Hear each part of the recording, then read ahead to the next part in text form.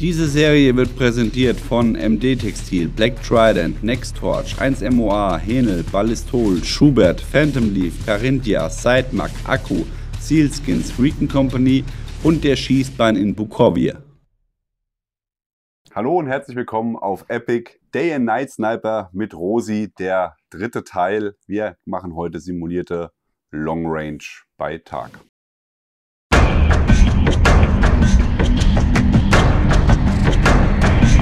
Ja. Wir schießen jetzt die erste Übung, simuliert Long Range. Ich kommandiere euch die Entfernung und den Wind entsprechend. Ihr schaut in eure Sniper Card, ermittelt dort alle nach meinen Vorgaben die Höhen- und Seitenklicks. Beispiel, geradeaus 500, 5 Meter von rechts, feuerfrei. Ihr klickt das ein, geht auf den Haltepunkt, macht ein Schüsschen. Und damit ich sehen kann, dass ihr alle geschossen habt, Hacke hoch heißt, ich bin fertig. Ich sehe alle 6 Hacken oben. Geradeaus 700, 2,5 Meter von links, feuerfrei. Ihr klickt eure Entfernung an, nehmt euren Haltepunkt, macht ein Schüsschen. Und wenn ihr fertig seid, Hacke hoch. Und das ziehen wir durch 10 Mal. Danach Entladensicherheit herstellen. Wir gehen nach vorne, werten aus, sehen, ob wir alles richtig gemacht haben. Und dann gehen wir in die nächste Übung. Habt ihr Fragen? Gut, zu den Waffen. Willkommen zurück zur Rosi-Serie Day and Night Sniper. Wir haben uns heute auch mal ein bisschen was auf den Tisch geholt, wo du gleich mal was dazu zeigen wirst. Long Range, weite Entfernungen schießen, mit dem Repetiergewehr auf 100 Meter schießen. Das kriegen eigentlich schon ziemlich viele hin, auch so jemand wie ich, der nicht so der Superschütze ist. Aber wenn es dann weiter rausgeht, muss man schon einige Dinge mehr beachten. Und das hast du in deinem Kurs auch, denke ich, hervorragend gezeigt. Von daher, deine Bühne. Also simuliert Long Range Schießen ist einfach so, wenn ich mir so ein Repetiergewehr anschaue und Schießen auf 100 Meter, das ist nicht das Große. Na, wenn ich nicht mucke und nicht reiße, ich nehme mein Zielfernrohr, habe mein Auge an der richtigen Stelle dahinter. Ich habe immer den gleichen Anpressdruck in der Schulter. Ich nehme langsam meinen Finger zurück, wenn ich auf dem Haltepunkt bin, wo immer das sein mag. Dann werden wir treffen. Na, da kann man ein paar Millimeter rausholen mit ein bisschen Schießtechnik, aber im Prinzip ist das einfach. Das Komplizierteste an einer Scharfschützenwaffe ist das Zielfernrohr. Na, und im Stress ein Zielfernrohr richtig zu bedienen, den Seitenturm und den Höhenturm, das ist halt so ein Ding. Wenn ich mich da oben verklicke, dann wird es natürlich nichts. So, und das heißt, man muss erstmal blind klicken können. Na, und ich empfehle immer Clockwise, das heißt, egal wer, auch Spezialkräfte, Hand nach vorne und nach rechts klicken. So. Das finden die erstmal lustig. Nein, macht das konzentriert rechts. Na, und wenn ich sage rechts, dann meine ich auch Männer rechts. Ne, das sage ich auch ganz klar. Nichtsdestotrotz wird trotzdem auf der Zielscheibe manchmal falsch geklickt sein. Beim Long Range Schießen ist der Schuss eventuell weg und ich kriege den auch gar nicht wieder eingefangen. Deswegen simuliert Long Range ist eine sehr, sehr gute Sache, um Routine am Zielfernrohr zu bekommen. Das heißt rechts und hoch. Na, das müssen wir dann auch mal erstmal so machen und dann erkläre ich bla bla bla, was ist ein Klick? Ein Klick auf 100 Meter ist das gleiche wie ein Klick auf 200 Meter, 2 cm, ein Klick auf 300 ist 3 cm und so weiter. Dann empfehle ich immer irgendein M-Rad absehen. Genau, das wäre das nächste gewesen. Welche Absehenart empfiehlst du? Also, wenn ich jetzt rein taktisch denke, also auf jeden Fall M-Rad. So, und wenn ich jetzt zum Beispiel, ich nehme mal hier mal eins von meinen Trainingsblättern, das ist hier so ein klassisches Mildot. Das hat immer noch seine Berechtigung. Das finde ich gut. Das modifizierte Mildot, da ist dann noch einmal ein Strich da in der Mitte. Das ist noch viel besser. Und wenn ich jetzt, damit arbeite ich auch dienstlich, das ist auch immer noch gut. Aber gerade wenn ich jetzt taktisch arbeite, Snaps, Moving Target, Ermitteln von Zielgeschwindigkeiten, dann stellt man fest, diese kleinen und großen Striche, das wirklich im Stress zu identifizieren, ist schwierig. However, alle funktionieren. Und da ist natürlich auch ein bisschen Geschmackssache bei. Ja. Ne? Also deswegen, so ein modifiziertes Mildot ist super einfach. Ne? Viele, und das ist jetzt in einem Mildot nicht der Fall, aber hier sieht man, dass die Klicks die Mills nach unten ein bisschen größer sind. Also ich habe mehr, einen größeren Bereich, wo ich Holdover durchführen kann. Ich erkläre nochmal, was das ist später. Und ich habe meine Seite. Dann gibt es noch Absehen, die weiter nach rechts und links draußen sind. Da geht es gar nicht um den Vorhalt, sondern geht es nur darum, wenn ich jetzt Geschwindigkeiten ermittle. Ist jetzt hier nicht Thema, weiß ich selber, aber ich will nur euch erzählen, warum ich welches Absehen nehme. Ja. Was wichtig ist, dass ich alles metrisch habe. Es gibt auch MOA-Klicks, Quarter, Halb oder MOAs. Und es gibt auch MOA-Absehen. Für einen reinen Sportschützen, der zum Beispiel im Beasley arbeitet, kann das durchaus sehr sinnvoll sein. Für alles Taktische arbeiten wir nur mit metrischen Systemen. Macht alles einfach. Ich habe bei den Special Forces einen Sniper-Kurs gemacht, da hatte ich halt auch einen Mildot drin, aber Quarter, Klicks, was schon mal nicht so gut ist, jetzt taktisch. Halb MOA ist schon mal ein bisschen besser, hatte die Bundeswehr auch früher. So, das korrespondiert natürlich nicht zusammen, das Absehen mit den Klicks. Ja. So, dann hatte ich den Kurs bei denen gemacht und nachher waren die Special Force bei mir. Und ich war halt deutlich schneller als die, weil wenn ich damit umgehen kann, ist alles einfach. Ende vom Lied, das war natürlich ein Schmach. Ich war bei denen, ich war schon vorher Scharfschütze, aber ich habe den Kurs gemacht, den Zotik. Aber kann ja nicht sein, dass ein Deutscher jetzt der Lehrgangsbeste wird bei den Amis. Das ist schon die erste Sache. Dann kommen die zu mir und ich bin auch noch in allen schneller als die. Nicht, weil ich besser bin, sondern einfach, weil mein System oder du die Werkzeuge einfach sinnvoller nutzt. Ne? Genau. Ja. Aber Ende vom Lied, die Amis stellen alle auf metrisch um. Ich will nicht sagen, dass ich das war. Ja. Aber, aber das war natürlich so ein Ding, wo die... Das zieht sich ja durch alle Branchen, dass es einfach ein Schwachsinn ist, ja, mit diesen krummen Zahlen. Ja, schon. Aber die Briten sind dann wieder Hardcore. Aber das liegt vielleicht auch ein bisschen an der Insel. Ja. Also, dass sie ein bisschen verbissen an ihrem System halten. Ja. Was ich sagen muss, für uns draußen ist es auf jeden Fall besser, wenn das miteinander korrespondiert. Verstanden. Ich habe früher auch zugelassen, dass auf meinen Kursen welche kommen mit MOA-Klicks. Mache ich nicht mehr, weil das sind die, wo ich mich nachher am meisten drum kümmern muss. Und die anderen, die vernünftiges Material haben, die fallen eigentlich hinten runter. Weil egal, was die mir erzählen, wie die das beherrschen, am Ende draußen auf der Schießbahn ist es nicht so. Ja, klar. So, wenn das jetzt miteinander korrespondiert, dann ist das insofern wieder einfach. Ob ich nun oben 10 Klicks mache oder im Mildot einen Strich höher anhalte, ist genau das Gleiche.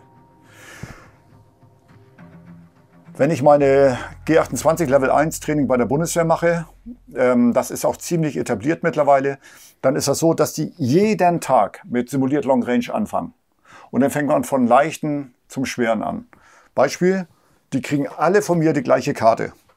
Nun ist das bei der Bundeswehr so, dass da die Entfernungen draufstehen, Seitenklicks in Zentimeter. So, das heißt, die kriegen von mir die Karte und das ist die Vorgabe. So, als Beispiel, wenn wir das uns hier mal anschauen. Hier wird immer anvisiert, egal was wir tun. Wenn ich jetzt 20 Klicks mache und das Ziel ist genau 100 Meter entfernt, ich mache 20 Klicks, ich visiere hier an, dann werde ich selbstverständlich hier treffen. Wenn ich jetzt hier anvisiere und ich mache 34 Klicks, 10, 20, 30, dann wird hier der Schuss sein. Ja. Wenn wir 0 Streuung haben. Natürlich entsprechend der Streuung, die wir vorher ermittelt haben, wäre alles richtig, was denn hier irgendwo in dieser Gegend ist.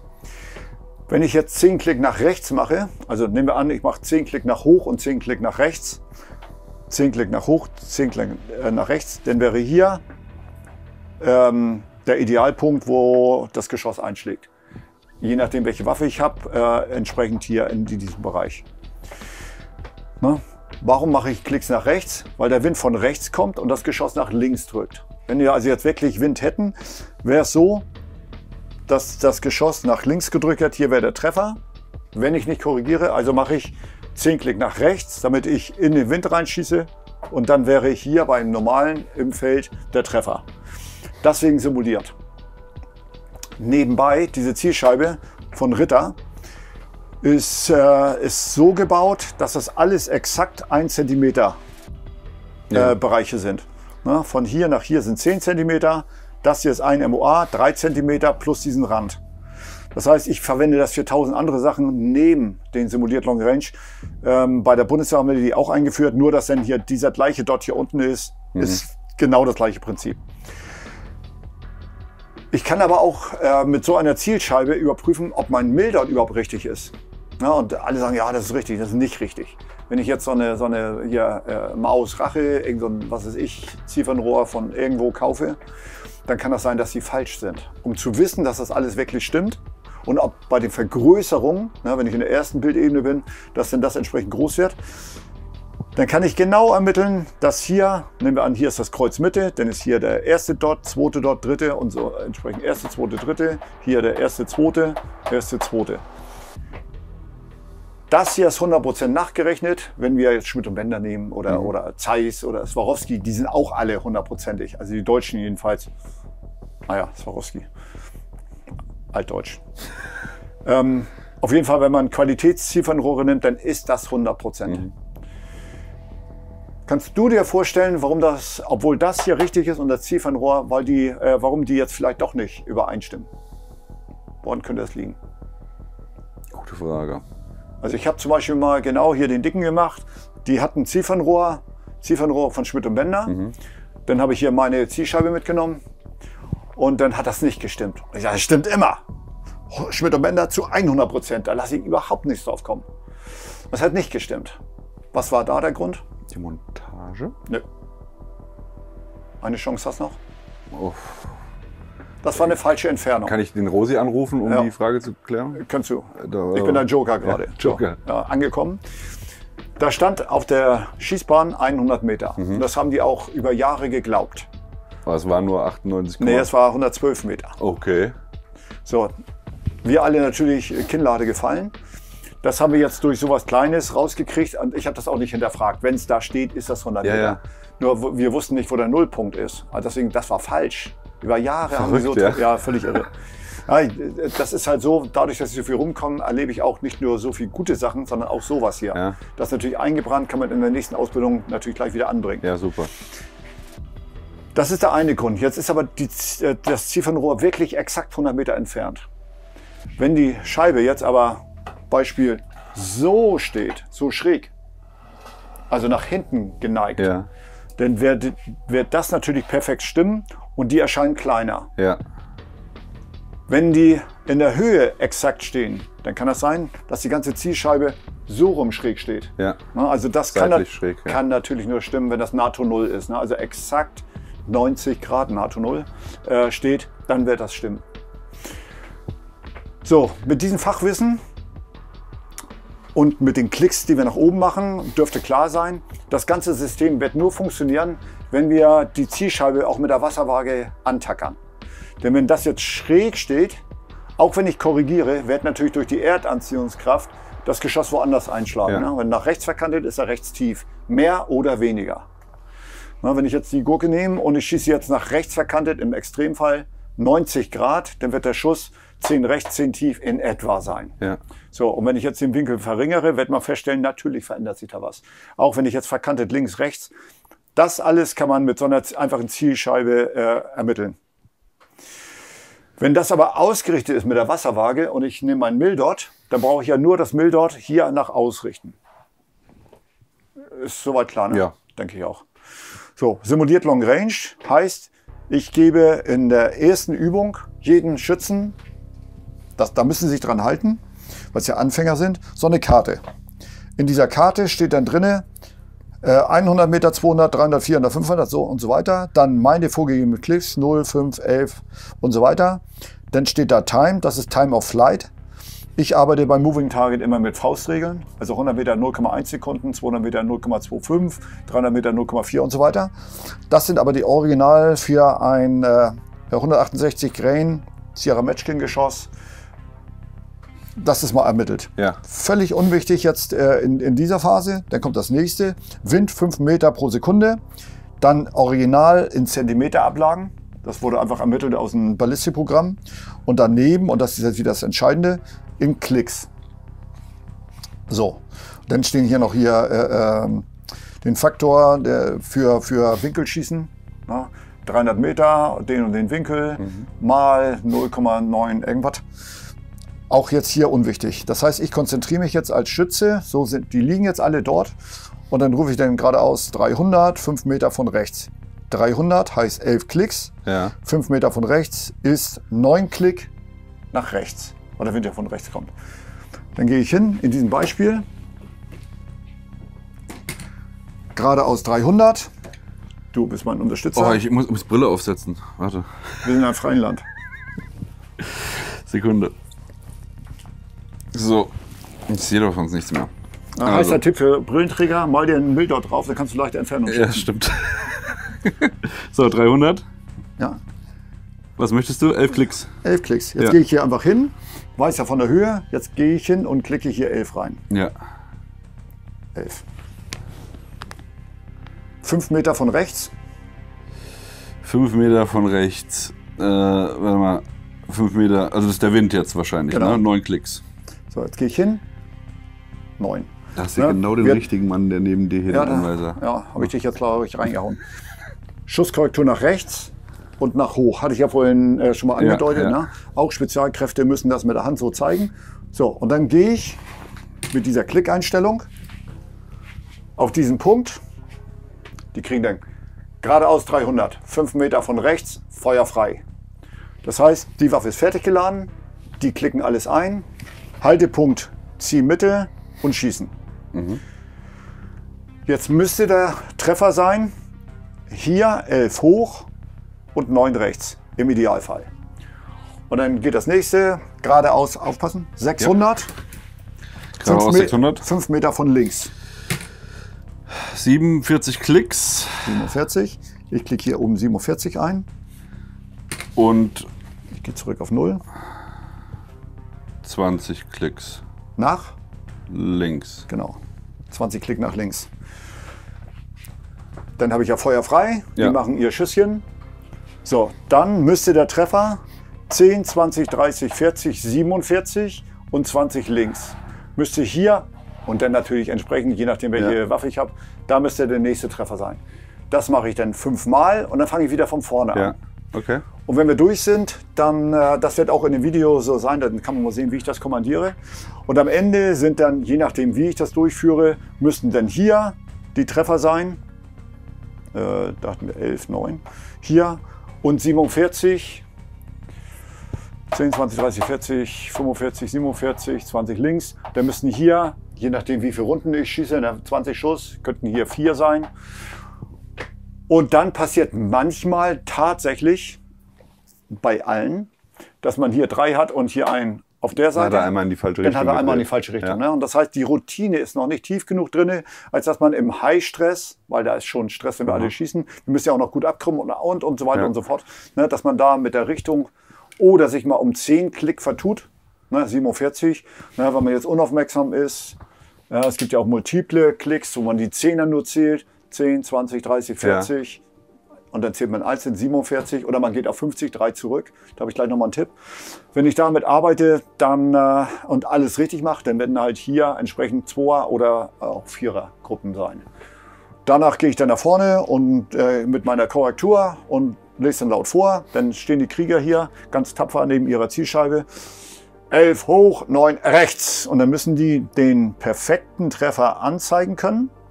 Und dann sehe ich vom Weiten, ob die es alle richtig gemacht haben und vor allen Dingen, da wird nicht rumgelabert, das Loch ist, wo es ist. Ne? Das Loch lügt nicht. Genau. Und ich kann auch nichts falsch machen, weil ich das ablese und ich mache eine Strichliste. Ne? Wenn ich das jetzt aus dem Kopf mache, da kann natürlich sein, dass ich mal einen Fehler mache und alle leiden darunter. Also ich als Leitender oder meine Ausbilder, die müssen das natürlich zu 100% fehlerfrei machen. Ja. Selbstverständlich, sonst wird sich ein Fehler maximieren. Das ist die allererste Übung. Ne? Die mache ich 1-2 Mal. Und dann gehen wir gleich in den nächsten Schritt. Man kann sich, glaube ich, vorstellen, wenn ich jetzt mit Holdover arbeite, dann sieht das so aus. Ich gehe da oben auf 0. Wir nehmen das gleiche Beispiel. So, das heißt, oben klicke ich 0 ein und dann kommandiere ich geradeaus 500, 5 Meter von rechts. 500 sind 34 Klicks und rechts sind 16 Klicks. So, das heißt, ich klicke hier meine 16 ein für den Wind und 34. Ja, 34. So, und das heißt, wenn ich oben in den Turm 0 drin habe, dann gehe ich hier 10, 20, 30, 34. Ich schieße mit diesem Punkt. Das nennt sich Holdover. Warum macht man sowas? Das kann schnell sein. Man kann sich aber auch sehr, sehr schnell vertun. Hier bei diesen Absehen ist es ganz clever gelöst. Den 5er machen sie deutlicher. Aber da kann man sich schon vertun. Ne? Je höher das geht, ob man 34 oder 44 oder manchmal 64, 74, ne, da kann man sich schon vertun. Nichtsdestotrotz, es ist ein richtiges System. Wenn ich jetzt mit Nachtsichtgeräten arbeite, und wir machen das ja auch als Vorbereitung fürs Nachtschießen, ne, dann gibt es einige Wärmebildgeräte, die man nachjustieren kann. Das empfehle ich immer. Das heißt, ich habe jetzt mein Wärmebildgerät aufgebaut, dann habe ich hier meinen roten Punkt auf 100 Meter Fleck, genau justiert wie mein Zielfernrohr, dann schaue ich durch. Jetzt schaue ich allerdings auf einen Monitor, der zeigt vielleicht ganz woanders hin, mit meinem Kreuz, weil das ja auf dieser Seite ist. Und dann justiere ich das mit dieser Annahme. Na, zum Beispiel, ich ziele damit auf die 10 und mein Kreuz und mein WBG-Bild zeigt auf die 8. Ja. So, dann muss ich natürlich den Monitor justieren. Ganz klar. Das geht super einfach, entweder mit einem Laser, aber noch einfacher mit einem Rotpunkt. Ne? Also es gibt 1000 Begründungen, warum das dazugehört. Ja. So, und dann klicke ich das rein und dann schieße ich es nochmal an. Wenn ich hier aber nichts machen kann, und man muss sich auch vorstellen, wenn ich jetzt draußen im Einsatz bin, ich sage gleich mal, wie ich das in Afghanistan gemacht habe, dann lasse ich alles hier unten so, wie es ist. Ich kann mich da oben nicht verklicken und dann kommt diese Ansage und dann schieße ich das Holdover. Wir hatten eben 47, das heißt, ich ziele wieder auf den gleichen Punkt, nehme 47 hoch, also ich visiere mit diesem Punkt an. Die Seitenklicks habe ich jetzt eingeklickt, ziele hier hin und dann wird mein Kreuz auf 47 oben zeigen. Ich komme ab und dann wird da entsprechend der Treffer sein. Natürlich, obwohl ich da unten gezielt habe. Aber im Prinzip halte ich nur entsprechend hoch. Das müssen die auch alle verstehen. Ne? Das ist einerseits in Anführungsstrichen schnell, aber schon ein bisschen fehlerbehaftet. Ich bin da kein Fan von Holdover. Ich bin ein Fan von Kampfvisier. Und das möchte ich jetzt hier auch mal einmal vermitteln, weil das gehört auch mit so einem simulierten Long-Range-Schießen. Ich stelle die mal kurz zur Seite. Lass mich ganz kurz reingrätschen. Ja, gerne. Und zwar weiß ich jetzt schon, was an Kommentaren kommen wird. Wo gibt es diese tollen Scheiben und diese Karten? Wir haben da letztens schon drüber gesprochen. Ja. Ritter ist da dran, dass es beim Peter von Nextorch in den Shop kommt. Aber die haben da echt auch mit dem Umzug Probleme und so. Genau. Aber das kommt. Also ihr könnt sicher sein, ihr kriegt diese Karten, die kommen 100%. Habt noch ein kleines bisschen Geduld. Vielleicht auch zum Zeitpunkt dieser Serie sind sie vielleicht auch schon da, aber das wäre eure Anlaufstelle. Packen wir euch auf jeden Fall in die Videobeschreibung den Link dazu. Ja, es ist manchmal völlig irre. Einerseits geben wir eine Menge Geld für die Kanone aus, für Munition, für Zeit und so. Und was wir immer vernachlässigen, ist eine professionelle Zielscheibe. Ja. Na, und das hier, das ist die Prezdot-Scheibe. Okay, das ist jetzt für Schmidt und Bender gebaut. Mit denen helfe ich auch ab und zu mal. Aber die Kauflösung, da steht halt nicht Schmidt und Bender und hier sind Dots. Das ist das, was wir eigentlich immer verwenden. Genau. Und der Deal mit Ritter ist, ich will da gar kein Geld verdienen, sondern er baut für mich die Zielscheiben, die optimal fürs Training sind. Und dann soll er die verkaufen, wo auch immer er die verkauft. Und von der Qualität kommt man halt nicht ran. Da ist er einfach nur ein Traum. Deswegen nicht wundern, dass er so viele gute hat. Ja. Das sind alles erprobte Zielscheiben. Wie gesagt, Peter, das war halt der Umzug, ne? Der nicht ganz unproblematisch war. Deswegen sorry. Kommt in der Mache. Ja, auf jeden Fall. Hat er mir auch nochmal versprochen. Weil ich auch viele kenne, die fragen mich immer, oh, kriegst du her? Man kann die ja bei Ritter direkt kaufen. Ja. Also die Behörden kaufen direkt bei Ritter. Aber die kaufen halt nicht 20 oder 30, sondern die kaufen dann 200, ist glaube ich das Mindeste, dass sich überhaupt das lohnt, eine Druckermaschine anzuschmeißen. Ja. Ein Lager kannst du nicht alle Zielscheiben immer 10.000 hinlegen. Viele, ja, das heißt, das wird dann auch entsprechend dann da gefertigt für den. Er ist super schnell im Übrigen. Wenn er Ritter ist eine Firma, die ist wirklich deutsch. Wenn der irgendwas zusagt, es wird immer eingehalten. Sehr gut. Da ist er wirklich toll. Ja, das ist auch der Grund, warum ich gerne mit ihnen arbeite. Ne? Es gibt auch Firmen, mit denen würde ich auf gar keinen Fall arbeiten, weil die aber unzuverlässig sind. Ja. Es gibt äußere Einflüsse, aber bei Ritter war es noch nie. Wenn der irgendwas zugesagt hat, hat immer funktioniert. Sehr gut. Ehrenmann quasi. Ja, Robert ist eigentlich Vorbild. So, auch menschlich ist er ganz weit vorne. Super. Ja. Gut, Kampfvisier. Entschuldigung, habe ich dir reingekrätscht. Kampfvisier, ne? Eben hatten wir das Holdover, ne? Mit dem Kreuz. Kampfvisier ist ist das, was ich jetzt auch gemacht habe. Wo ich in Kundus war, letzte Mal 2010, haben wir Folgendes gemacht. Ich fand halt das alte Ziefernrohr, was wir von Hensoldt gekriegt haben, das war wirklich Schrott. Nein, es war nicht Schrott. Von der Qualität war das gut, aber es war taktisch nicht durchdacht. Das Problem war, dass zu der Zeit die Erprober selber keine Ahnung hatten. Ne? Ja. Das kam erst viel später. KSK haben wir das überhaupt nicht akzeptiert, dass man uns so ein Ziefernrohr aufdrückt. Und dann habe ich dafür gekämpft, dass wir schon mal anständige Ziefernrohre kriegen. So kam ich auch auf Schmidt und Bender. Die kannte ich vorher auch nicht so richtig. Ja, Schmidt und Bender kennt jeder. Aber das Problem war halt, dass man muss ja auch Vertrauen haben. Ne? Ja. Ich hänge ja mein Leben und das Leben meiner Kameraden an mein Material. Und dadurch, dass ich so intensiv mit denen gearbeitet habe, habe ich natürlich auch gesehen, wie fertigen sie und so. Wer das sieht, das ist völlig krank.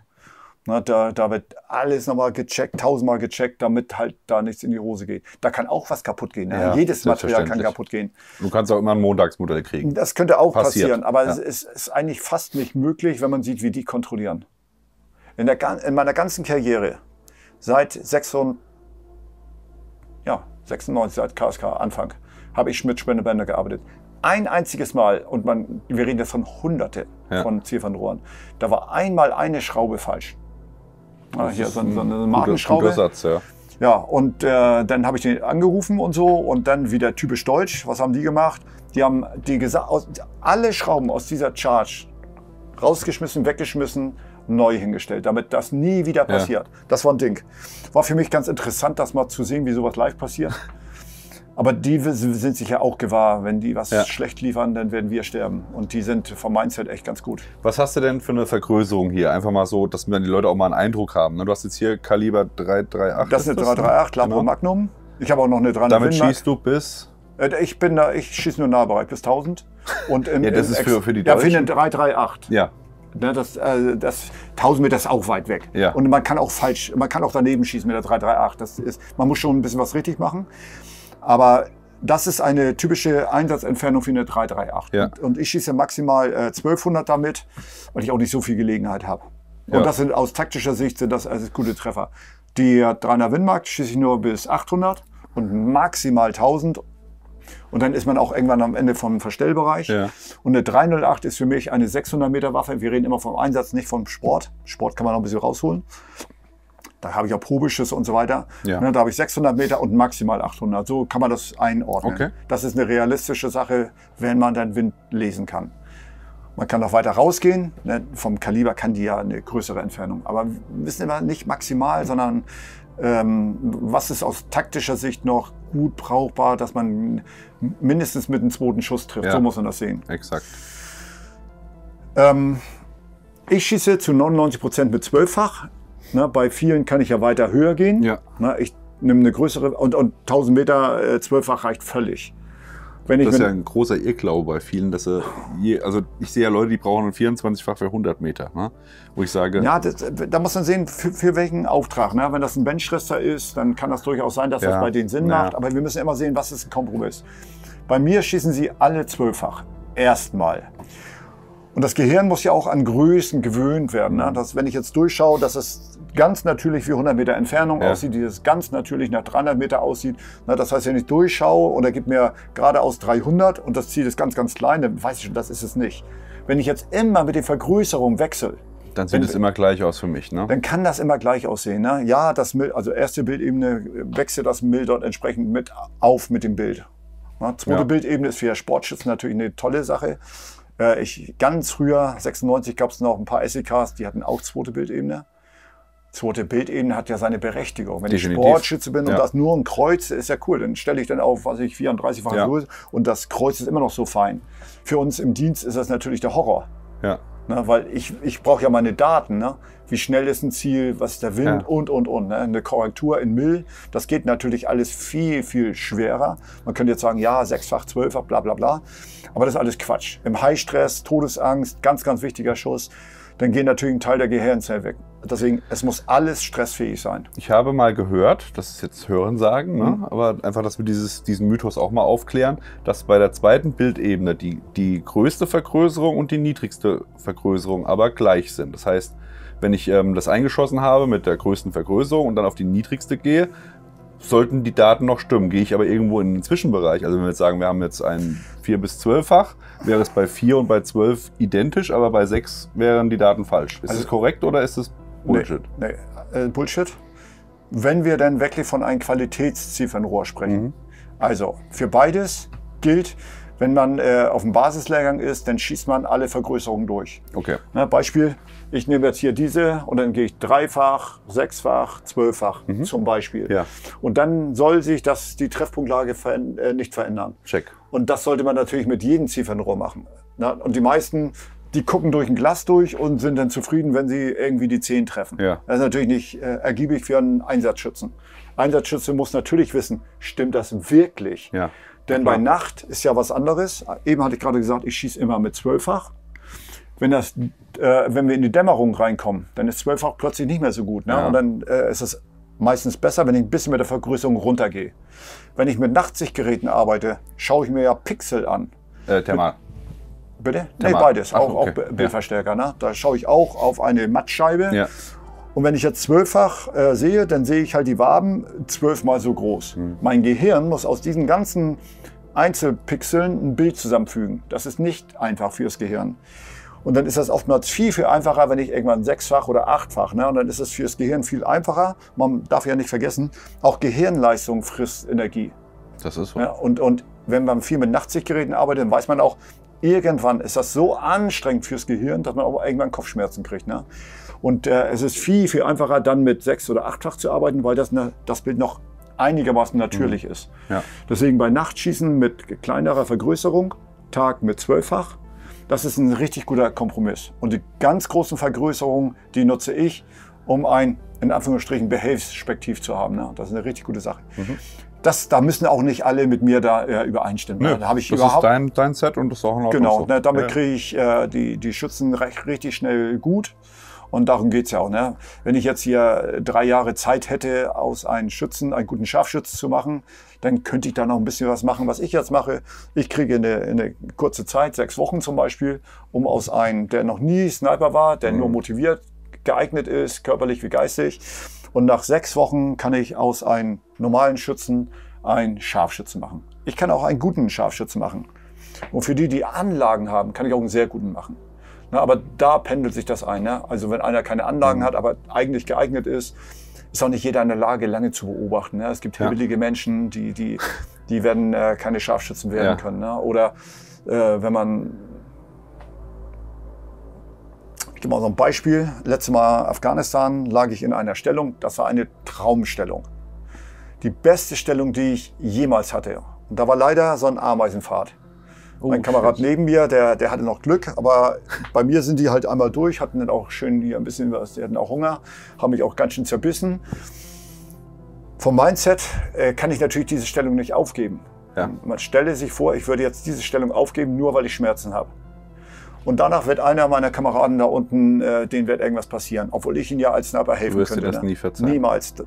Das lastet mir auf der Seele. Ja. Na, dann leide ich lieber mal ein bisschen. Heißt aber, vom Mindset muss man dann auch in der Lage sein, ein bisschen Schmerz zu ertragen. Und das ist unwohl, weil der Auftrag steht ja über mir. Ja. Alle da unten, der ganze Zug verlässt sich auf die Scharfschützen und wir hatten auch eine Menge 20 mm, also Marder, auf die verlassen sie sich. Die haben uns ihr Leben anvertraut. Ja. Ja, da kann ich jetzt nicht nur sagen, oh, das tut ein bisschen weh, ich nehme eine andere Stellung. Ne? Das war die beste ever. Habe ich noch in keinem Training wie eine Traumschießbahn, so gut war das Ding, will ich niemals verlassen. Aber dieses Mindset hat natürlich auch nicht jeder. Ne? Ist auch egal, gehe ich 20 cm weiter links oder 1 Meter weiter rechts. Nee, das war perfekt. Und ich habe auch gemeldet, dass ich einsatzbereit bin. Ja. Da verlassen sich ja auch drauf da unten. Ne? Die kam auch ein bisschen später. Naja, gut, kann man ja schön reden. Habe ich wenigstens Ameisen gefüttert mit ein bisschen Haut. Ja, nochmal zurück zur Kanone selbst. Da hatte ich jetzt über gesprochen, mit den Einklicken. Wir haben darüber gesprochen, was kann ich mit den Klicks machen, Seite wie Höhe. Und jetzt nochmal, dann hatten wir gesprochen über das Reticle, das Absehen zu nutzen als Holdover. Eine richtig gute Sache, meiner Meinung nach, da müssen ja auch alle durch. Und das muss jeder für sich auch berechnen können, ist Kampfvisier. tut mir leid, ich habe wieder ein Beispiel. Ich war nur einmal im Einsatz in Südosteuropa und zweimal ein paar Monate in Afghanistan. Deswegen, wenn ich jetzt sage, aus dem Einsatz kommt immer das gleiche langweilige Afghanistan. Aber das war halt so. Da lag ich in Stellung, da waren wir zu dritt, eine Rückensicherung, mein Spotter. Ich mochte das Zielfernrohr von der Bundeswehr nicht, deswegen habe ich mein eigenes Schmidt und Bender, ich glaube, das war es nicht. Ich habe mein eigenes Schmidt und Bender dann nach Afghanistan mitgenommen, habe das montiert, angeschossen. Danach war natürlich mein Spotter super begeistert von meinem Zielfernrohr, wollte das am liebsten behalten, ist ja nicht mein privates. Aber damit kann ich halt am besten arbeiten. Ne? Die Armee hat das toleriert, wir hatten schon ein paar Gefallene und zermatschte. Die Schwerverwundeten, wenn man die und die Toten vor Augen hat, dann wird vieles mehr toleriert als im tiefsten Frieden in Deutschland. Klar. Das heißt, der Kommandeur, ein ganz, ganz toller Mensch, den hat es nicht interessiert. Ich habe einen Auftrag gekriegt und der weiß, dass ich mit aller Kraft das dann auch erfülle. Deswegen durfte ich dann mein eigenes Zielfernrohr und alles ist einfach. Beispiel Kampfvisier 400. Das heißt, ich klicke oben meine, wie viele Klicks sind das? 400? 400, das sind 28 Klicks. Bist du sicher? Das ist 23? Oh, ich setze meine Brille auf, okay. Das ist meinem Augenlicht geschuldet. Ja. So, ich Du klicke hier verrätst oben. mir nachher noch, was du nimmst, damit du mit deinem jungen Alter noch so gute Augen hast, auf jeden Fall. Ich habe keine guten Augen. Ich habe leider auch Altersweitsichtigkeit. Aber ich arbeite natürlich mit vielen Tricks. Wenn ich so eine Übung schieße, wo ich die sehr unscharf sehe, die Ziele, dann gehe ich schon mal auf 40 Klick. Und wenn jetzt 34, klicke ich einfach nur 6 zurück und ich zähle ein bisschen. Okay, check. Und ja, so ein bisschen bescheißen ist nicht, ist okay. So, jetzt gibt's mir mal die... Ich habe einen Spruch von meinem Sohn gelernt. Guter Push ist kein schlechtes Handwerk. Fand ich gut. Ja, okay. Aber wobei das jetzt kein Push war, wollte ich jetzt nicht angreifen. Ne?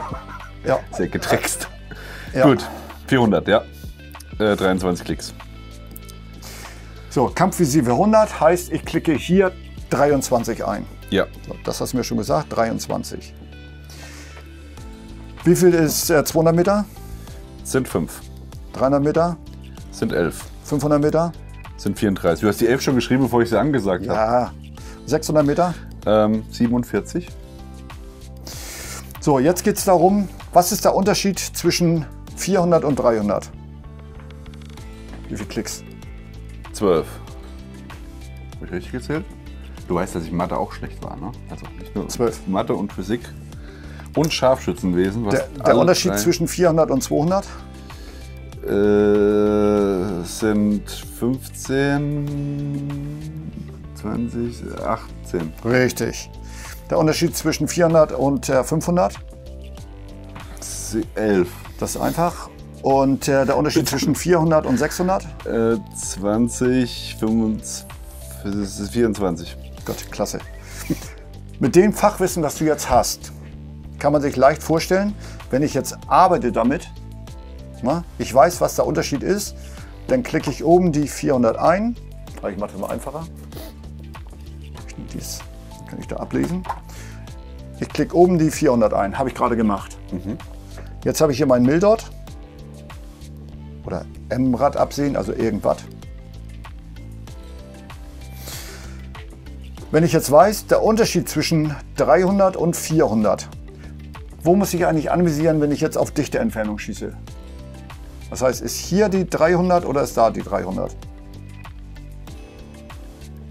Ich hätte jetzt gesagt, drunter. Genau. Na, du kannst Offizier werden, wenn es 2 Möglichkeiten für eine richtige Antwort gibt. Und das ist das Falsche. Das ist quasi der Offizierstest. Ich würde, wie der Erik sagen würde... Den richtigen Offiziertest kennst du aber, ne? Ergänzen Sie folgenden Satz: Ohne Fly kein Brei. Gut, Glied aus. So. Also, wenn ich jetzt auf weite Entfernung schieße, muss das Kreuz ja höher. Wenn ich auf dichte Entfernung schieße, weil ich ja oben 400 drin habe, muss es da oben sein.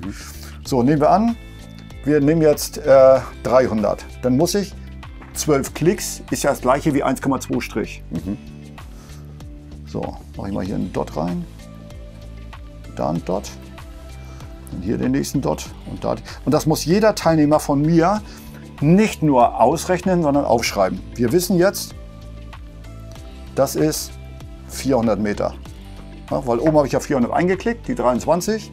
So, jetzt gehe ich auf die nächste 300 Meter. Ich muss tiefer anhalten.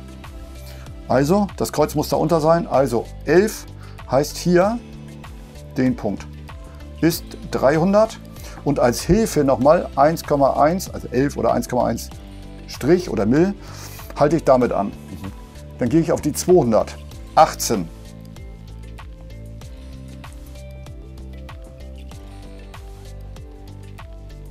So, die richtigen Zahlen können, ist 1,8. Jetzt schieße ich auf weite Entfernung, muss ich natürlich höher halten. 500 ist 11. 500 heißt 1,1 und 600 ist 24.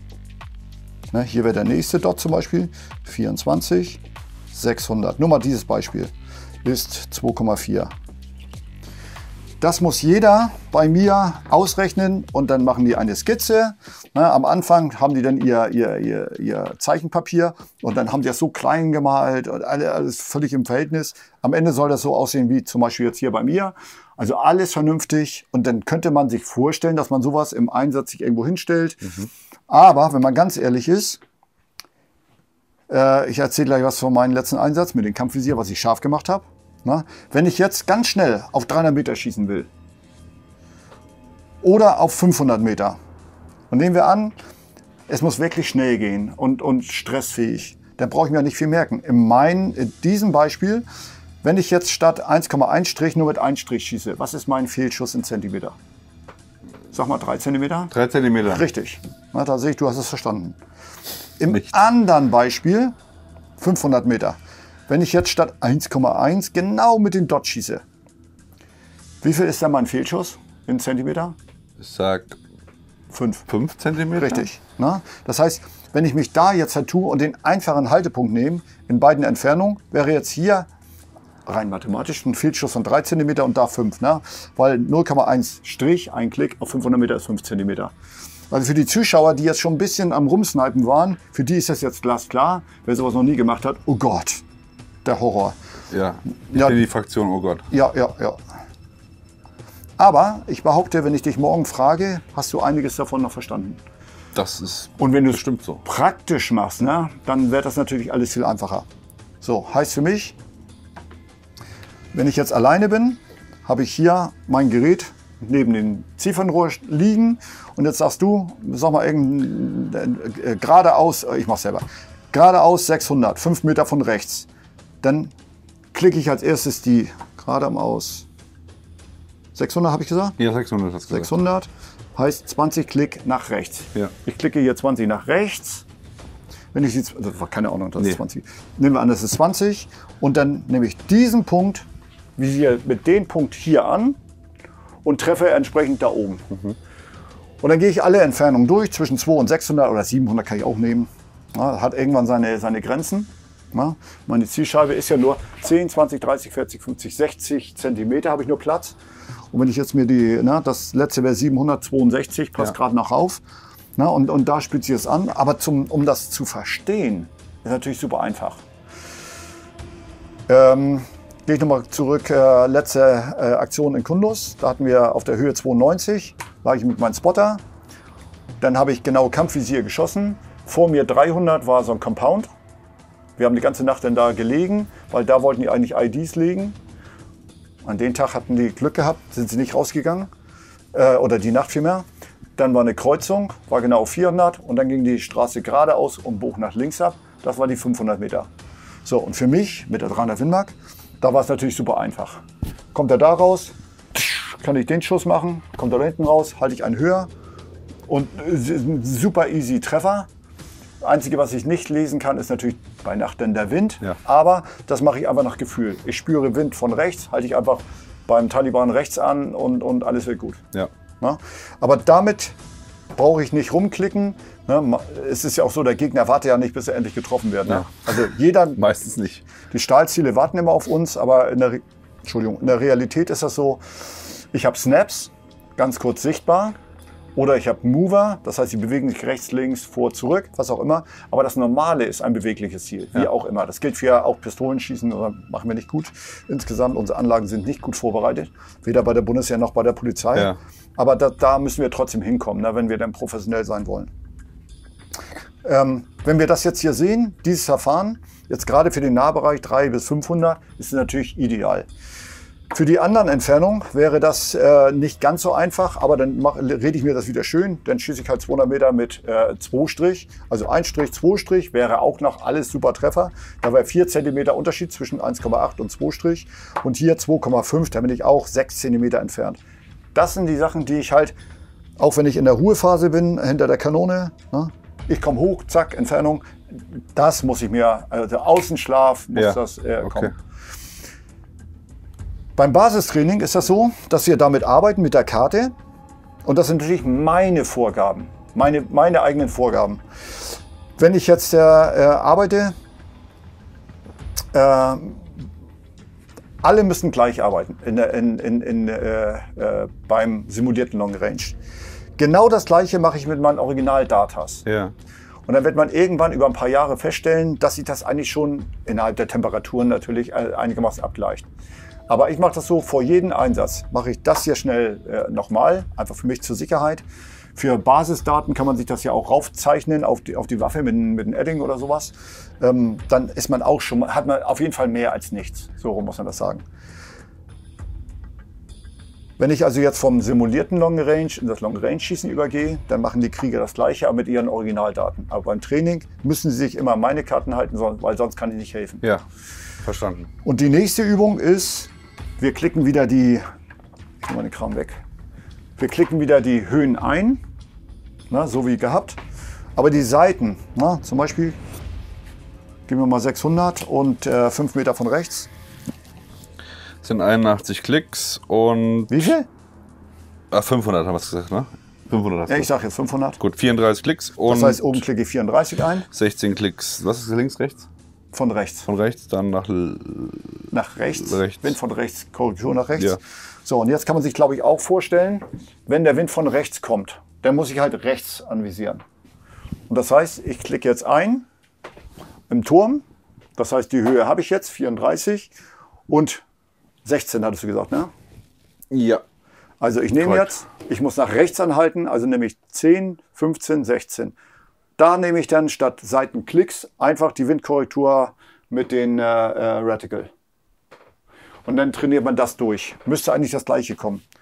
Am Anfang ist das so, dass die Jungs auch wirklich schlechter schießen, weil es halt ungewohnt ist. Ja, klar. Ne? Alles ist vom Auge immer im Zentrum, das ist da fokussiert, weil wir so auch meistens schießen. Aber wir müssen natürlich auch mit Haltepunkten entsprechend arbeiten. Später beim Moving Target müssen wir natürlich auch. Und auch Snaps, wenn wir auf weite Entfernung schießen, na, dann muss man halt dann zum Beispiel Zentimeter oder klicken, hat man meist keine Zeit. Aber schon mal in die Nähe klicken und dann mit dem Haltepunkt arbeiten. Ja, das kann man damit zum Beispiel machen. Verstanden. Das ist simuliert Long Range. Voll gut. Ja, das haben wir jetzt bei Tag. Und das nächste Thema wäre dann das simuliert Long Range bei Nacht, wenn ich mich richtig entsinne. Das haben wir genauso gemacht. Und deswegen sieht man auch schon, warum das so unheimlich wichtig ist, das am Tag simuliert vorzutrainieren. Von den wenn man so ein Glück hat wie wir auf unserer Schießbahn. Wir haben also simuliert Long Range geschossen. Anschließend haben wir dann das in der Praxis durchgezogen. Nur dichte Entfernung bis 600. Ja. Dass wir auch da ein bisschen die Routine entsprechend kriegen. Dann kommt das nächste. Wir haben unsere Nachtsichtgeräte raufgehauen. Das werden wir in den Videos sehen. Beziehungsweise, und das ist genau das Gleiche, wir hauen oben statt Nachtsichtgerät das Wärmebildgerät drauf. Das ist aber, glaube ich, im nächsten Video schon. Ja. Okay. Ja, dann können wir eigentlich hier dürfen wir nicht vorab. Wir können jetzt quasi hier direkt. Die Leute haben jetzt saugut angeteasert. Ne? Ja. Die sagen, geil, der mal Nachtsicht. Ja, Leute, da müsst ihr noch mal eine Woche warten und dann kommt das nächste Video dazu, weil das ist tatsächlich noch mal ein Video für sich vom Thema. Ja, ne? das stimmt, ja. So, perfekt. Ja, dann moderiere ich das Ganze mal ab, weil für mehr bin ich ja nicht in der Lage im Scharfschützenwesen. Ich hoffe, du siehst mir das nach. Auf jeden Fall. Ich finde es super spannend, also nicht denken, ich finde das langweilig oder so, aber ich bin einfach, mich hat die Natur mit Mathe und Physik nicht so ausgestattet, dass ich in der Lage wäre, das zu fassen. Das glaube ich dir nicht. Das glaube ich dir nicht. Man muss halt den Einstieg erstmal finden. Ja. Und was ich jetzt ja überhaupt nicht mache, ist, ich mache ja nicht Step by Step mit dir. Ne? Wenn ich jetzt mit meinen Kriegern arbeite, dann gehen wir erst in den Unterrichtsraum, dann arbeiten wir das auf und dann wird das erste zu 100% verstanden und dann kommt der nächste Step, ne? Vom Leichten zum Schweren, vom Bekannten zum Unbekannten. Und das ist ja jetzt ja schon gleich der dritte. Ne? Also wenn du da jetzt nicht alles hier beherrschst oder auch verstehst, dann ist das überhaupt nicht schlimm. Check. Weil du ja keiner meiner Students bist. Sehr gut. Ja, gut. In diesem Sinne, wie immer an dieser Stelle, einmal ein Blick in die Videobeschreibung. Da findet ihr alle notwendigen Links und Informationen, die ihr noch braucht, die in diesem Video vorgekommen sind. Natürlich auch die Sponsoren, die diese ganze Serie möglich gemacht haben. Da solltet ihr auch auf jeden Fall mal hingehen und die ein bisschen supporten. Das würde uns natürlich auch immer helfen. Dann können wir auch weiteren solchen Content erstellen. Und bei Fragen einfach damit in die Kommentare. Wir versuchen das alles schon während der Serie zu beantworten. Ansonsten machen wir nochmal am Ende ein großes, langes Video, wie beim letzten Mal in der ersten Rosi-Serie, und beantworten euch alle Fragen gemeinsam. Ansonsten, wie immer an dieser Stelle, liken, Abo, Glocke klicken. Wir sind raus. Bis dann, macht's gut. Bye, bye. Ciao. Diese Serie wird präsentiert von MD Textil, Black Trident, Nextorch, 1MOA, Henel, Ballistol, Schubert, Phantom Leaf, Carinthia, Sidemark, Akku, Sealskins, Recon Company und der Schießbahn in Bukovje.